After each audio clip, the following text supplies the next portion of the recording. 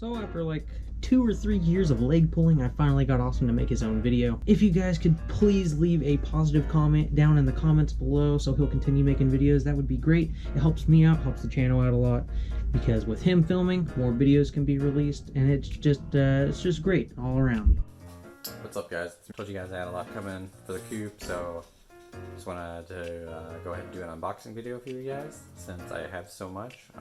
Some of this I'm not sure if you've already seen because some of it is old and I've had it for a while, but I got a lot of new stuff and I have a couple more things coming still, so I guess we're gonna go ahead and get to unboxing this stuff for you. I'll start with stuff that I've had for a while that you might have seen.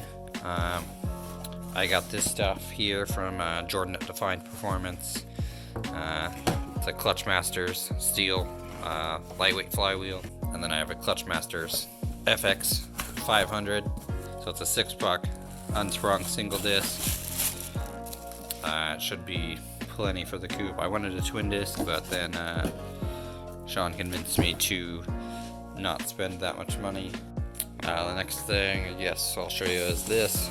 It's surge tank. Sean originally bought this to redo his fuel system and then changed his mind, so he's letting me use it. I do have his old 1000cc injectors as well. Should be enough for now. I'm not really sure how much I want to turn it up. I was thinking just staying around the 5, maybe 600 horsepower range once we get it up there, but time will tell. If I do stay at that range, I did want more of a cruiser or back road car, more than an all-out drag car like Sean's will be or is. So they should make plenty for now on E85. I got an ISR intercooler piping kit for 2JZ swap. Comes with all the clamps and couplers, piping. And then I have a drift motion poly RN54 trans mount that I've had for a while. I did get a riv nut tool, so we'll be using that. Sean and I both will be needing this here soon for several different things. So I went ahead and got one of those. I already unboxed it since other stuff came in the package from Amazon. So I got some paint strainers. I do have a new paint gun that I've purchased, so we are going to try and paint the car ourselves at some point. So I went ahead and got some primer. This is a base epoxy primer. It's just to seal the metal and any old paint in, so it won't get into the new paint. So hopefully we'll get started on painting the bay in the near future. Hopefully the weather gets nice soon. I don't know if he ever told you about this. So I did get an ECU Master EMU Black. It's the better version of what Sean has. He just has the EMU Classic. I got a really good deal on this. It was purchased and never used, and I also have the Bluetooth module in there. I have an engine harness that was shipped to Sean, and he will be making another video going over that. He's going to take a stock 1J harness and modify it to where it plugs directly into the standalone. This filter I've had since the DSM days. It was on my 2G that's on the channel. These came with my Manifold that you guys saw a couple weeks ago in the video that I literally didn't intend to purchase. Don't click commit to buy unless you are committed to buy, because it makes you pay for it and you can't cancel. Forgot what was in this box actually. Got 20 feet of 8 AN fuel line and 20 feet of dash 6. Terribly sorry, I have nowhere to put my phone. 1 dash 690.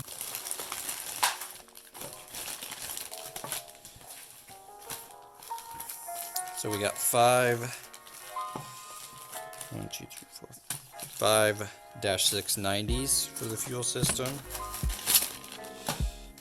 Some B-clamps for the dash 8 fuel line, dash 6 fuel line. Got bulkhead fittings to go through my fuel top hat to run the dash 6 to the surge tank from the fuel pump.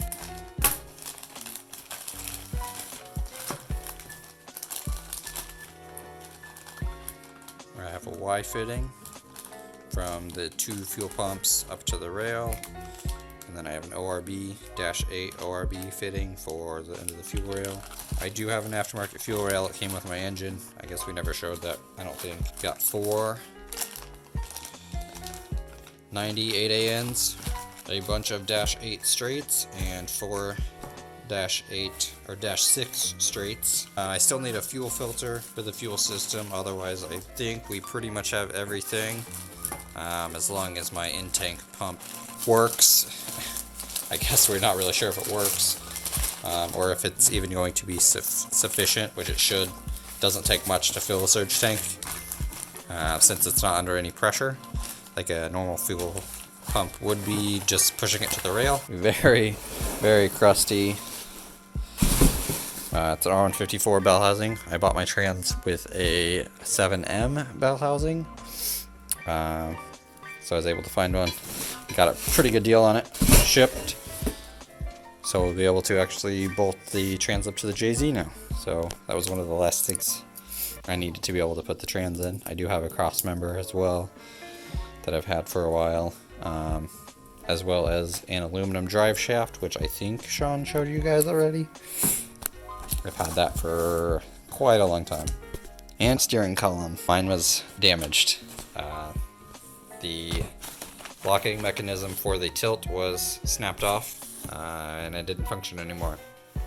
So that was a nice thing to find out when I put my steering wheel in the car. This is the one I have been waiting the longest to open. Hiroshima Hurricanes, right here, buddies.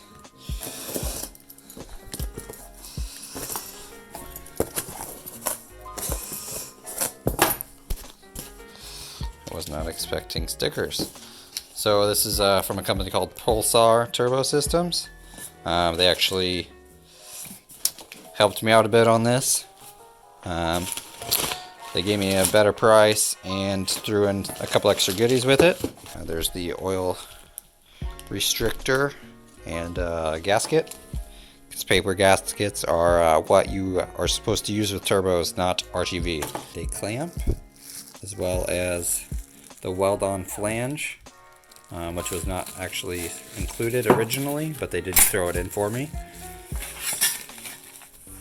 Time to unpackage this bad boy. This is a GTX 3584 RS.